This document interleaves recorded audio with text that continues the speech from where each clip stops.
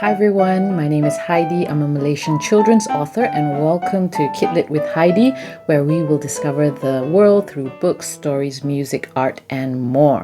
Today, I want to read to you one of my favorite picture books. I think you might have guessed which book I'm going to talk about. Yes, it is The Gruffalo. This book is written by Julia Donaldson and Axel Scheffler, and this copy is actually a board book for babies. It is 19 years old. I bought it when my daughter was born, and as you can see, it's full of she highlighted bits. Some of the words have rubbed out. There are teeth marks in here and pen marks and drawings and everything. But I really love it. I will never get rid of this book. Just so you know, this book has a sequel called The Gruffalo's Child. In fact, this is The Gruffalo's Child. It's not The Gruffalo. So this book is fantastic as well. And maybe I'll do an episode on this later on. So anyway, I love this book because not only is it an exciting, entertaining story with gorgeous illustrations, it's also a good example of how you can structure and begin your story to make it amazing. So what I'm going to do today is to read to you The Gruffalo and show you some illustrations, and then we will talk about how to use the structure of this book to start your own story. All right, so let's begin. The Gruffalo by Julia Donaldson and Axel Scheffler. A mouse took a stroll through the deep, dark wood. A fox saw the mouse, and the mouse looked good. Where are you going to, little brown mouse? Come and have lunch in my underground house. It's terribly kind of you, fox, but no, I'm going to have lunch with a Gruffalo. A Gruffalo? What's a Gruffalo? A Gruffalo, why didn't you know? He has terrible tusks and terrible claws and terrible teeth in his terrible jaws. Where are you meeting him? Here, by these rocks. And his favorite food is roasted fox. Roasted fox? I'm off, fox said. Goodbye, little mouse. And away he sped. Silly old fox, doesn't he know there's no such thing as a Gruffalo? On went the mouse through the deep, dark wood. An owl saw the mouse, and the mouse looked good. Where are you going to, little brown mouse? Come and have tea in my treetop house. It's frightfully nice of you, owl, but no, I'm going to have tea with a Gruffalo. A Gruffalo? What's a Gruffalo? A Gruffalo? Why didn't you know? He has knobbly knees and turned out toes and a poisonous wart at the end of his nose. Where are you meeting him? Here, by this stream. And his favorite food is owl ice cream. Owl ice cream, tweet-twoo. Goodbye, little mouse. And away owl flew. Silly old owl, doesn't he know there's no such thing as a Gruffalo? On went the mouse through the deep, dark wood. A snake saw the mouse, and the mouse looked good. Where are you going to, little brown mouse? Come for a feast in my log pile house. It's wonderfully good of you, snake, but no, I'm having a feast with a Gruffalo. A Gruffalo? What's a Gruffalo? A Gruffalo? Why didn't you know? His eyes are orange. His tongue is black. He has purple prickles all over his back. Where are you meeting him? Here, by this lake. And his favorite food is scrambled snake. Scrambled snake, it's time I hid. Goodbye, little mouse. And away snake slid. Silly old snake, doesn't he know there's no such thing as a Gruffalo? Oh. But who is this creature with terrible claws and terrible teeth in his terrible jaws? He has knobbly knees and turned out toes and a poisonous wart at the end of his nose. His eyes are orange, his tongue is black, he has purple prickles all over his back. Oh, help! Oh no, it's a Gruffalo! My favorite food, the Gruffalo said. You'll taste good on a slice of bread. Good, said the mouse. Don't call me good. I'm the scariest creature in this wood. Just walk behind and soon you'll see. Everyone is afraid of me.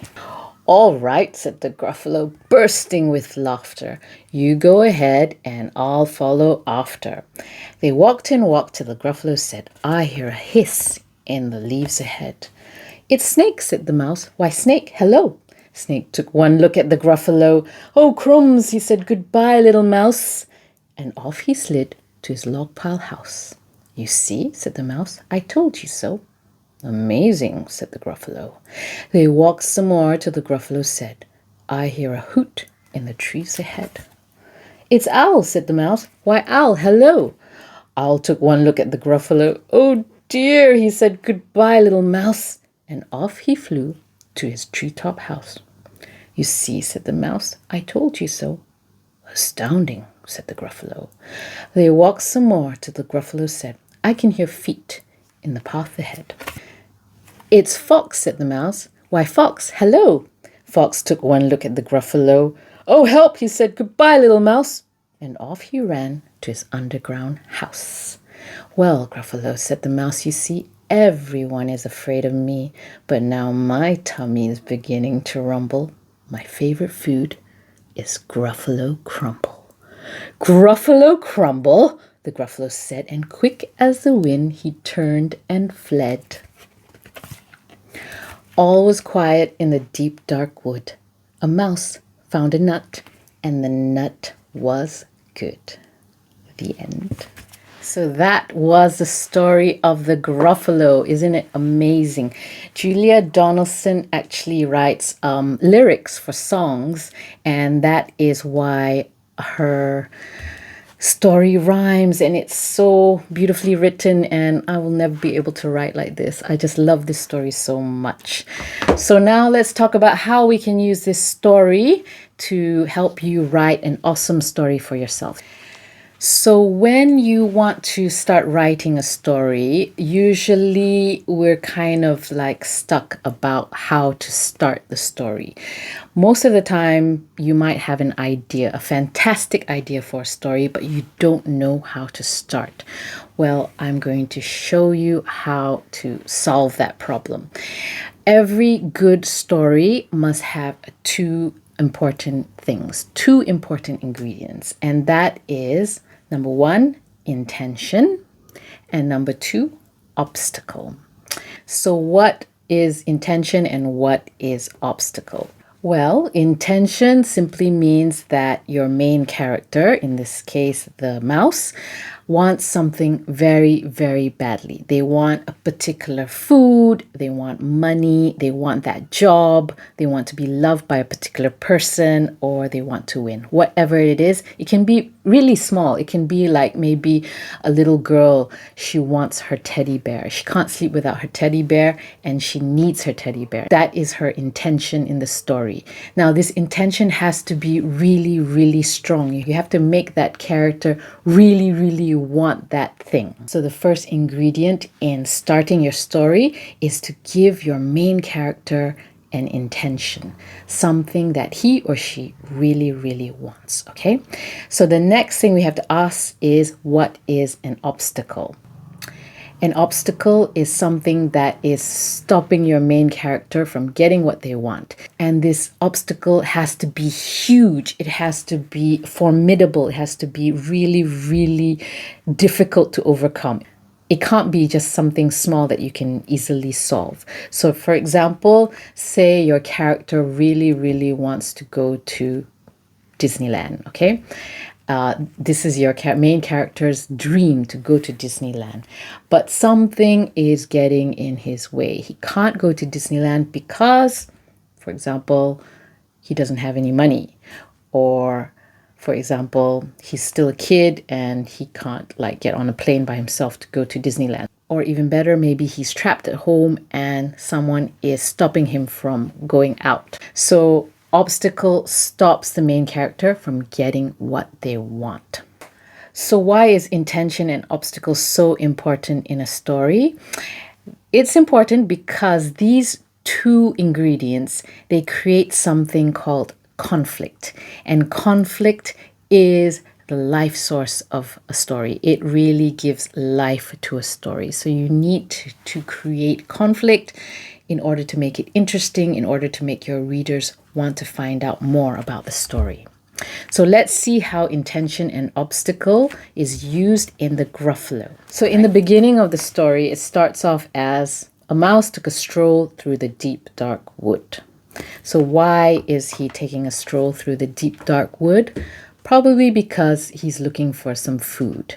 He's hungry. This is his intention. So from the very first sentence in this book, we can see that the mouse has a very strong, clear intention. He wants to eat something. He's looking for food. So wanting to eat something, feeling hungry, that is quite a strong emotion. It's quite a basic human need. So in this case, it is a very strong intention, a very good intention. Without food, the mouse will die. So what is his obstacle? What is stopping him from getting that food? Well, we can see from the story that, he's being stopped from the very first page. He's being stopped by the fox who wants to eat the mouse. And then after that, he is stopped by the owl who also wants to eat the mouse. And finally, by the snake. So these three animals are obstacles. They are trying to stop the mouse from getting what he wants, which is food, which is the nut at the end of the story. So you can see that within the first few pages, there is already a conflict. This means that the mouse wants to get something, but something is stopping him from getting it. So what do you do next after you establish intention and obstacle? Now you have to figure out a way to get your main character to get what he wants. So in this case, the mouse is really clever. He makes up a monster, a Gruffalo, and he tricks those three animals into thinking that the Gruffalo is coming. But then what happens? Another bigger obstacle appears, right? The Gruffalo, he actually makes an appearance. So he is the main obstacle. And now we have to figure out a way of helping the mouse overcome that obstacle. And does he succeed? He does. He manages to trick the Gruffalo into thinking that he, the mouse, is the scariest creature in the woods. And he does that by asking the Gruffalo to walk behind him. So when the other animals, the snake, the owl, and the fox see the mouse walking with the Gruffalo, of course, their reaction is to be scared, and the Gruffalo thinks it's because of the mouse. And in the end, the mouse tricks the Gruffalo and overcomes that obstacle. So the Gruffalo is an obstacle. And at the end of the story, does he get what he wants? Does he get the food? Does he get the nut? You can see that he does. In the end, the mouse tricks the Gruffalo and all the other animals and achieves his intention to find a nut to eat. So do you see how it works now?